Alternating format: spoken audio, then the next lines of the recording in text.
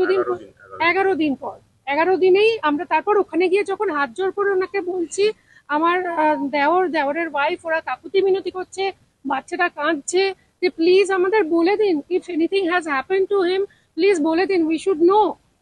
তাতে ওরা বলছিল না, বারবার বলছে যে না কিছু হয়নি। তখন আমরা পাড়া প্রতিবেশীরা চিৎকার চেঁচামেচি শুরু করে এবং পাড়া প্রতিবেশীরাই বলে যে এখানে আপনাদের বেড়ালটা মারা গিয়েছে। কিভাবে জানা গেল? ওরা বুঝতে পেরেছে রাত 2:30টার সময় নাকি একটা বেড়ালের চিৎকার শুনেছে, যে কতগুলো কুকুর আর বেড়াল চিৎকার করছিল এবং ওরা চিৎকার করছিল ছাড় ছাড় ও মরে যাবে, ছাড় ছাড় ও মরে যাবে। তারপরে ওরা রাত্রিরে দেখে যে রাত্রি 3টে 3:30 নাগাদ বোধহয় ওরা খবর দিয়েছে বেড়ালটাকে, বাড়ির পাশেই। তো সেইটাই আমাদের একটা, আর ওকে নিয়ে এসেছিল ব্রিডিং, ইলিগাল ব্রিডিং এর জন্য, যেহেতু আমাদের বেড়ালটা খুব এক্সপেন্সিভ ছিল এবং রেয়ার ছিল, তাই জন্য ওকে ব্রিডিং এর জন্য ব্যবহার করছিল। এবং ওখানে হাস্কিও এমনও হতে পারে যে ওকে কোথাও বাইরে পাঠিয়ে দিচ্ছে না, ব্রিডারকে দিয়ে দিয়েছে, এরমও হতে পারে।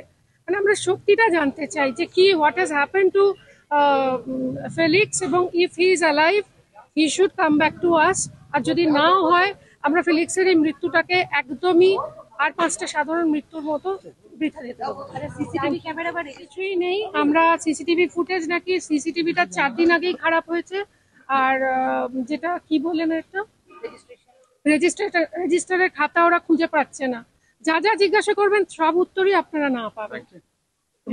আজকে কি কোনো প্রেস কনফারেন্স করেছে?